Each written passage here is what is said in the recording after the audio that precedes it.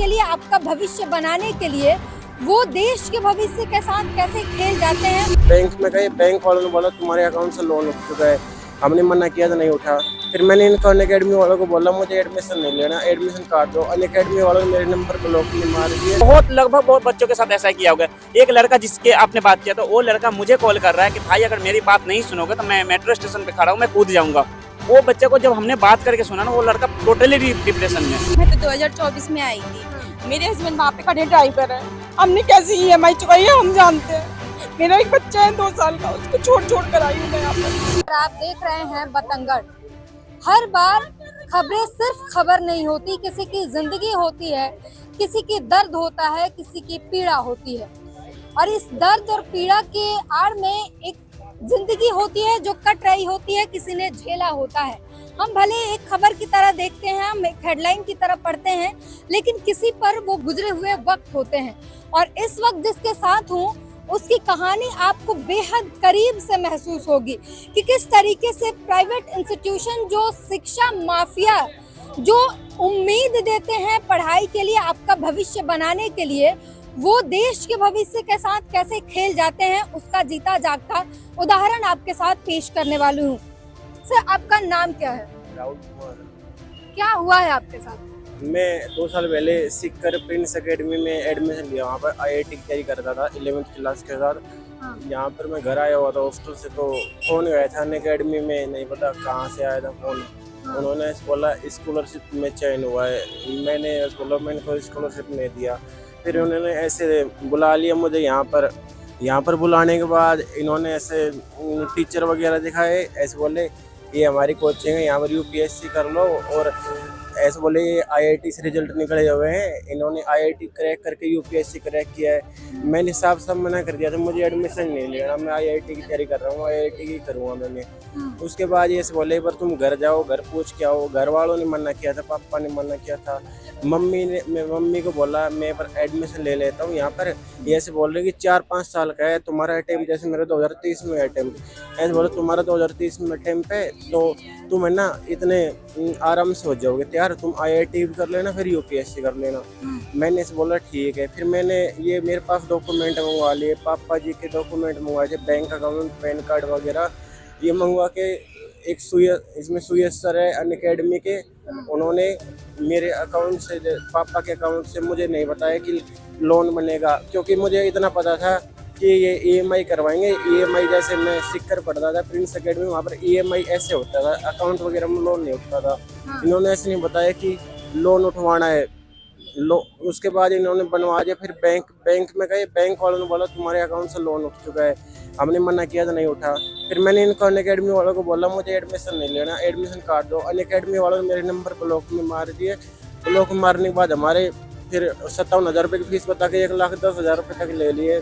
ना तो मेरा फिर IIT की तैयारी हुआ, ना फिर UPSC में हुआ। अब मैं इससे बहुत परेशान। आप कितना लोन उठाया इन्होंने? 57,000 को उठाया था। 1,10,000 तक हमने पे कर चुका है। अब भी 26,000 बच रहे हैं अकाउंट में देने बैंक अकाउंट को। मेरे दादाजी 10 साल पहले आर्मी में शहीद हो गए थे जम्मू कश्मीर में। इनको IIT करना था, इन्हें UPSC नहीं करना था। अनअकैडमी ने जबरदस्ती इन्हें फंसा दिया। आपने बताया कि डॉक्यूमेंट्स आपके मंगा लिए गए, वो कैसे मंगाए गए? मेरे पास बैंक अकाउंट, पैन कार्ड वगैरह मंगवाए थे। इन्होंने बोला कि वो अकाउंट ले आओ तो उससे हम EMI बना देंगे। मुझे ये नहीं बताया कि लोन लेना है बजाज फाइनेंस से। हमें तो बैंक वालों को बताया था कि लोन उठा लिया गया है अकाउंट से। बैंक वालों ने अकाउंट सीज कर दिए। बजाज की तरफ से मम्मी पापा को, घर वालों को धमकी दे, बजाज वाले धमकी दे रहे थे, गाड़ियाँ वगैरह। मैं फुटबॉल जिला में लिफ्ट रह चुका हूँ, अलवर जिले में। वहाँ पर मेरे टीम से निकाल दिया था, पैर फ्रैक्चर हो गया था। उसके बाद मैं ऑपरेशन हुआ था वहाँ पर जयपुर में। मैंने सर को बताया था फ़ोन करके, मैं बोला मुझे एडमिशन नहीं चाहिए, मुझे जितने पैसे हुए अब तक की क्लासेस वगैरह सब काट लो, बाकी के मुझे दे दो अकाउंट से, मुझे कुछ नहीं करना। मेरे पापा जी मुझसे 1.5 साल हो गए बात नहीं करते दिल खोल के। ना मेरे IIT की तैयारी हो पाया। अब बताओ मैं कहाँ पर जाऊँगा। अब इनको बोला, कई बार बोल चुका, सर ने ऐसे बोला कि भाई क्यों कर रहे हैं तैयारी, आर्मी की कर ले तैयारी पहले तो। अच्छा एक बात बताइए, जब लोन उठाते हैं या लोन लेते हैं किसी भी कंपनी से, तब वहाँ पे सिग्नेचर की जरूरत होती है, परमिशन की जरूरत होती है, फेशियल वेरिफिकेशन होता है, ये सब कुछ कैसे हुआ? इन्होंने खुद किया था साइन। सर ने ऐसे बोला कोई दिक्कत नहीं, तुम्हारे पापा नहीं आया तो हम साइन कर लेंगे। मेरे पापा जैसे कंपनी में जॉब करते हैं, सिक्योरिटी में ऑफिसर है, तो वहाँ पर इन्होंने ऐसे बोला तुम्हारे पापा को एग्रीकल्चर में दिखा देंगे। मेरे पापा को एग्रीकल्चर में दिखाकर धोखे से साइन कर लिए। ईमेल आईडी मेरा था, मैं ईमेल आईडी का पासवर्ड भूल गया था। इन्होंने किसी एम्प्लॉयड के नाम से ईमेल आईडी बनाकर उसमें ऐड करवा दिया, मेरे नाम से ईमेल आईडी बनाकर इनके नंबर पे। बिना आपके परमिशन का सब कुछ हो गया। मुझे इतना पता नहीं, जब मैं 16 साल का था, 2 साल पहले, मैं तब इतना पता नहीं, मैं 11th क्लास में था। आप तब 16 साल के थे। हाँ। अभी आपके घर पे क्या स्थिति है, घर वाले क्या कह रहे हैं? मेरे घर वाले, मेरे पापा मुझसे बात नहीं करते। पापा गुस्सा होते हमेशा। पापा ऐसे बोले तुझे IIT की तैयारी कराया, सिक्कर में तूने वो बर्बाद किया। मैंने 80% तैयारी कर चुका था। मैं इनकी वजह से डिप्रेशन में चला गया, ना मेरा उधर तैयारी हुआ ना इधर हुआ, ना सपोर्ट मिला। मैंने सबको मेल करके बताया, पर उच्च अधिकारियों तक कोई रिस्पॉन्स नहीं आया। मैं 2 बार सुसाइड का प्रयास कर चुका हूँ। मेरे पास सारे डॉक्यूमेंट है बैग में, और सफदरजंग हॉस्पिटल नई दिल्ली से दवाई चल रही है। अब मैं बताओ कहाँ पे जाऊँ? सुसाइड जैसे ख्याल नहीं सोचिए, क्योंकि आप पुलिस स्टेशन गए, कंप्लेन किया आपने? मैं पुलिस स्टेशन गया था उधर राजस्थान में, तो वहाँ पर बताया था मैंने। पुलिस वालों ने कुछ नहीं किया। पुलिस वाले ऐसे बोले कि हम क्या करें भाई। मैंने 1915 पे 2 बार कंप्लेंट कर चुका, आगे स्कोर कोई नहीं आया। ये अनअकैडमी है, और ये अनअकैडमी सारे जगहों से अपना दुकान बंद करके भाग चुका है, लोगों के पैसे लेके भाग चुका है। अनअकैडमी का मालिक जो आके सरेआम बिजनेस डील और बिजनेस के तरीके बताता है, वो अनअकैडमी का मालिक अब किसी को नजर नहीं आ रहा है। ये लोग जगह जगह अपने सेंटर्स जो है वो उसे बंद करके भाग चुके हैं। ये चीजें हमने दिखाई आपको करोल बाग में, कैसे बच्चों को वहां बंद करके भी पीटा गया, और बहुत सारी कुछ चीजें हुई। प्रदर्शन हमने आपको दिखाया। अब ये जो सेंटर है मुखर्जी नगर का है, और इनके साथ जो कुछ हुआ, ये इन्होंने अपनी अपनी आप बीती बताई कि इन्हें किस तरीके से इनके मैनिपुलेट करके, मतलब 16 साल का बच्चा जो है, बच्चा ही कहलाता है, उसे मैनिपुलेट करके इनके सारे डॉक्यूमेंट्स मंगा लिए। इन्हें बिना बताए बजाज से इनके बैंक अकाउंट पर इनके नाम पर लोन ले लिए गए। अब इनके घर वालों को थ्रेट मिल रहे हैं बैंक के तरफ से, क्योंकि उन्हें पैसे चुकाने ही होंगे। बहुत ज़्यादा फ्रॉड चलता है। सबसे बड़ी बात है ना कि जिन जिन बच्चों को टीचर दिखा के एडमिशन ले तो लिया गया, लेकिन टीचर सबको हटाना शुरू कर दिया इन्होंने। आज हमारे पास बोलते हैं कि तुम्हारा सिलेबस कंप्लीट हो गया है। शुरू में क्या था, हमारे ऑप्शनल के टीचर हटा दिए गए, वो मेंशन नहीं किया गया वो लोग के द्वारा। जब हमने टीचर की डिमांड रखी तो उन्होंने बोला जो टीचर से मन है उससे पढ़ लो, हम जो लाएंगे उसी से पढ़ना है। हमारे पास जो टीचर हमें दिखाया गया एडमिशन समय, वो टीचर नहीं लाया गया।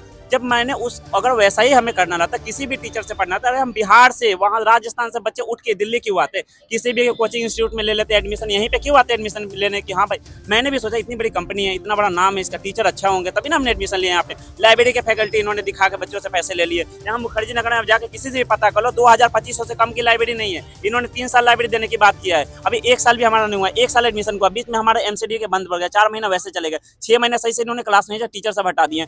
आलतू फालतू कोई भी टीचर आ जाते हैं, पढ़ा देते, एक लेवल होता है यूपी से, कोई भी कैसे पढ़ा सकते हैं। अगर हमें कोई से पढ़ना है तो और भी इंस्टीट्यूट है यहाँ पे, हम किसी में भी पढ़ लेते। हमने टीचर देके एडमिशन लिया, आप टीचर ही हटा दोगे, ऊपर से कोचिंग भी बंद कर दोगे। रिफंड देने की बात आप अपनी खुद की क्राइटेरिया। मैं तो ये पूछता हूँ कि कुछ बच्चे ऐसे हैं जिन्होंने 1 फरवरी इन्होंने रूल बनाया कि 1 फरवरी 2025 के बाद वाले को रिफंड देंगे।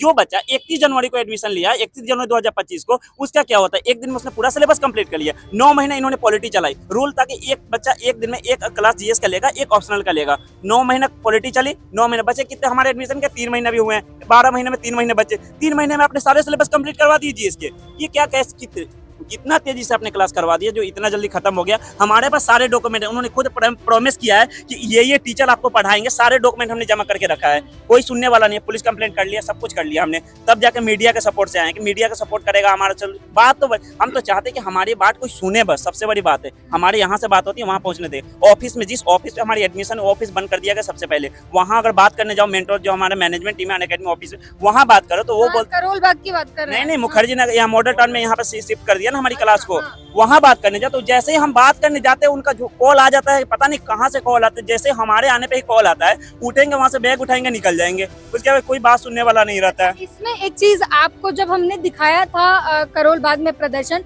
तब भी हमने मैनेजर से बात करने की कोशिश की और मैनेजर साहब ऐसे ही फोन लेके भाग गए थे। ऑन कैमरा आपने देखा था कैसे भागे थे वो जो ये बता रहे हैं कि कहाँ से कॉल आता है और वो भाग जाते हैं, वैसा ही हमने ऑन रिकॉर्ड आपको दिखाया है कैमरे पर। जी बताइए। तो वही बात है, जब भी हमने बात करना चाहे तो वो बात नहीं करना। हम चाहते कि हमारे एक बच्चे की समस्या हो तो चलो आप हैंडल कर लो, यहाँ एक बच्चे की समस्या, 200 प्लस बच्चों की समस्या है, क्या उतने बड़े मैनेजमेंट टीम है, वो लोग में से कोई एक हेड आके हमसे बात नहीं कर सकता है? उनके पास इतना टाइम नहीं है। जब पैसे देने की बारी तो सबने बड़े बड़े बड़े सपने दिखाए, सब कुछ दिखाने की टाइम रही, तो वहाँ से एक मैनेजमेंट टीम के पास टाइम नहीं है कि वो आके हमसे बात कर ले। यहाँ पे कोई एक बच्चे की समस्या नहीं, अरे सुन लो, हमारी भी बात सुन लो कि हाँ हम कहना क्या चाहते हैं, हमारे क्या मुद्दा है, क्या हमारी जरूरत है, उसको तो समझो। हमने तो करियर खत्म कर लिया ना अपना, 2 साल आपने पैसे ले लिए, 1 साल में आप सिलेबस भी कंप्लीट नहीं करा, आधा अधूरा करा के आप निकल रहे हो यहाँ से। आपके तो कंपनी में बहुत पैसे हैं, वो हमें भी पता है, लेकिन हम गरीब बच्चों से जितने भी आए हुए हैं यहाँ पे, उनका क्या होता है? उनके लिए 1 लाख 1.5 लाख रुपए बहुत बड़ी मायने रखती है भाई। हमारे लिए रखती है इतने मायने, उनके लिए नहीं है, लेकिन हमारे लिए है। हम कहाँ से उतना पैसा ले? अब दोबारा आपने सिलेबस कंप्लीट नहीं कर, दोबारा बोलते हैं कि ऑनलाइन एक्सेस ले लो। अगर हमें ऑनलाइन पढ़ना था 10,000 में मिलती है, 7,000 में ऑल इंस्टीट्यूट की मिलती है, हम उनसे क्यों लेंगे? ऑनलाइन क्यों पढ़ेंगे जब हमने 1 लाख पे किया है? हमने 92,000 मैंने पे किया है ऑनलाइन, ऑफलाइन में, तो मैं 10,000 की कोचिंग में क्यों लूँ? ऑनलाइन एक्सेस क्यों लूँ? मुझे ऑफलाइन चाहिए, मुझे ऑनलाइन समझ नहीं आती। ये जो मनमाने तरीके से इंस्टीट्यूशन जो कर रहे हैं, ये सरकार को बहुत ध्यान देने की जरूरत है कि इस तरीके से पूरा का पूरा देश और पूरे के पूरे देश का भविष्य खतरे में है, सब बर्बाद हो जाएंगे। क्या कहेंगे? आप लोग भी इसके शिकार हैं? बिल्कुल। क्या हुआ है? मैं तो 2024 में आई थी। मेरे हस्बैंड वहाँ पे खड़े ड्राइवर है, हमने कैसे EMI चुकाई है हम जानते हैं। मेरा एक बच्चा है 2 साल का, उसको छोड़ कर आई हूँ मैं यहाँ पर। अब इनको पैसा नहीं देना चाहिए हमारा। अब मैं आगे की पढ़ाई करने के लिए कहाँ पर जाऊँ? पैसा होना चाहिए। मेरे हस्बैंड की इनकम इतनी नहीं है कि बार बार इंस्टीट्यूट में पैसा भर सके। एक ही बार हमने कैसे मैनेज करा, कैसे EMI चुकाई। हम फैमिली वाले हैं, हमें किराया भी देना होता है, बच्चे की भी फीस देनी होती है, अपना भी घर चलाना होता है, उसके बाद यहाँ की फीस दो। एक क्लास के लिए आपने भी क्लास ली? बिल्कुल मैंने लिया। पहले मैं इससे पहले दृष्टि गई थी, इन्होंने दृष्टि में फीस ज़्यादा होने की वजह से मैं फिर यहाँ से निकली तो इन लोगों ने मुझे पकड़ लिया। इन्होंने बताया कोई नहीं आप यहाँ पे करो, हम आपकी फीस कम कर लेंगे। मैंने कहा ठीक है। इन्होंने मेरा सब कुछ कर लिया। मैंने कहा मुझे 1 दिन का टाइम दो सोचने के लिए। इन्होंने कहा कोई नहीं आप EMI पे कर सकते हो, और इन्होंने बिना सोचे समझे हमारे हस्बैंड के नाम पे EMI करा दी। अब सैलरी 17-18 हज़ार सैलरी, EMI जाती थी 4-5 हज़ार EMI जाती थी, 4 से 5 के बीच में जाती थी हमारी EMI। अब उसमें अब आप ही बताइए, मैं बच्चे की भी फीस जाना, घर का खर्चा चलाना और किराया देना, सब कितना मुश्किल होता था। 2 साल हमने कैसे मैनेज करे हम ही जानते। इनका सिर्फ यही गुनाह है कि इन्होंने UPSC करने की कोशिश की, इन्होंने IAS बनने का सपना देखा और उस गुनाह की सजा इन अनअकैडमी वालों ने दिया है। इन्हें चलते रास्ते से इन्हें पकड़ा गया। ये अभी यहाँ पर चलते फिरते आपको मिल जाएंगे। मुझे भी मिले थे, पूछ रहे थे कि आप कौन सा कोर्स देख रही हैं, आप कौन से कोचिंग की किस कोर्स के लिए ढूंढ रही है। मैंने बताया कि स्कैम हो जाए उसके लिए कुछ कर पाओगे? बोले नहीं, हम तो सिर्फ इसके लिए हैं कि हम आपको पकड़ के ले जाएंगे और वहां पर बातचीत करा देंगे। इनके साथ जबरदस्ती इनको सोचने का समय नहीं दिया गया, इनकी EMI करा दी गई। क्या कहा था इन्होंने? इन्होंने ये कहा था कि मैंने कहा था मैम आप पूरा फीस बता दीजिए। इन्होंने कहा आप इतना इतना भर दीजिए। मैंने इनको फीस भर दी। उसके बाद ऑप्शनल की क्लासेस चली तो इन्होंने उस टाइम पे ये नहीं बताया कि आपको ऑप्शनल का अलग पे करना पड़ेगा। इन्होंने मुझसे ये कहा, मैंने देखो मैं SC से आती हूँ, इन्होंने ये कहा आपका SC कोटे से हो रहा है, आपका 50% पे हो रहा है। तो 50% में इनको ये क्लियर करना चाहिए था ना कि ऑप्शनल भी हो रहा है उसमें। इन्होंने मुझे ऑप्शनल नहीं दिया। मधुकर सर की CSET की क्लास नहीं दी, क्योंकि इन्होंने ये कहा आप खाली 2 क्लास ले सकते हो, उसके अलावा मेरी आज तक CSET की क्लास नहीं है। मेरा एक्सेस 2025 में ही खत्म कर दिया। और यहाँ भी जाति का नाम पे ठग लिया आपने। आधी क्लासेस मुझे मिली ही नहीं है। इनको ये बोला गया कि आपको 50% ऑफ दिया जा रहा है क्योंकि आप SC कोटे से आ रहे हो, और आपको आधी क्लासेस दी ही नहीं गई। मुझे खाली 2 क्लासेस दी जाती थी पर डे, मतलब 2 सब्जेक्ट दिए जाते थे। उसके बाद अगर मैं चाहूँ मेरे पास टाइम है तो मैं बोलती थी, जैसे सीसेट चल रहा था उस टाइम पे, मधु 2024 में लास्ट टाइम पे, तो मैंने कहा मुझे मधुकर सर की सीसेट की क्लास करनी है, तो मुझे साफ मना कर दिया कि आप इसके लिए एलिजिबल नहीं हो। एडमिशन 31 जैन का हुआ है और ये रिटर्न जो रिफंड बच्चों को दे रहे हैं वो 1 फेब के बाद वालों को दे रहे हैं, तो मेरा तो बिल्कुल एक दिन के डिफरेंस की बिहाफ पे मेरे साथ कितना अनफेयर हो रहा है। इतनी सारी बच्चों ने अपनी अपनी अपनी सिचुएशंस बताई, तो उसमें मैं भी तो इंक्लूड होती हूँ ना, और मेरा तो एक दिन की बिहाफ पे इतना इतना इतना बड़ा अनफेयर हो रहा है। मेरी क्लासेस पूरी नहीं हुई और जब मैं जाती हूँ, जब मेरा एडमिशन हुआ तभी मेरे को काउंसलर ने बोला था कि मैं प्लस का सब्सक्रिप्शन देंगे, जो अभी तक नहीं दिया, 1 साल हो गया, तो मैं कैसे इन पर ट्रस्ट कर लूँ कि अभी ऑफलाइन बंद कर देंगे तो मेरे को मिल जाएगा। और जब मैंने ऑफलाइन के लिए लिया है तो मैं ऑनलाइन क्यों लूँ? मेरा तो हाइब्रिड का था ना, मेरे को तो ऑलरेडी वो था ना मेरे पास, और जब इनको ऑनलाइन ही करना तो उन्होंने बच्चों का एडमिशन लिया ही क्यों? पहली बात तो ये। और पेमेंट आपसे फुल ले ली? हाँ, पेमेंट पूरी ले ली मेरे से। एक्सेस अभी तक नहीं दिया? नहीं दिया। वो कितना पेमेंट किया हुआ है? 67,200। कहाँ पे? अनअकैडमी है ना, अनअकैडमी पे पेमेंट किया गया है। मतलब एक बच्चों के साथ नहीं, सभी बच्चों के साथ ऐसे, लगभग बहुत बच्चों के साथ ऐसा किया होगा। एक लड़का जिसके आपने बात किया, तो वो लड़का मुझे कॉल कर रहा है कि भाई अगर मेरी बात नहीं सुनोगे तो मैं मेट्रो स्टेशन पे खड़ा हूँ, मैं कूद जाऊंगा। वो बच्चे को जब हमने बात करके सुना ना, वो लड़का टोटली डिप्रेशन में है। वो लड़का हमसे बात करता है एकदम आवाज बात, मतलब कि क्या ही बोलो, ना कुछ बोलता है ना कुछ बोलता है। वो 10 ही बात हमसे एक ही बात बोलता है कि भाई बस मुझे बता दो पढ़ना कैसे है, मुझे हेल्प करो, मेरी हेल्प करो, मेरी हेल्प करो। मैं बोलता भाई तू अभी जिंदगी हारा नहीं है, तेरी एज बहुत कम है, अभी तू अभी जिंदगी हारा नहीं है, तू साथ है, हम सब तेरे आराम से, कानून साथ है, सबका सपोर्ट लेंगे, मीडिया साथ है, सब कोई साथ है तेरे, टेंशन मत ले, तेरे साथ जो हुआ है उसका न्याय होगा।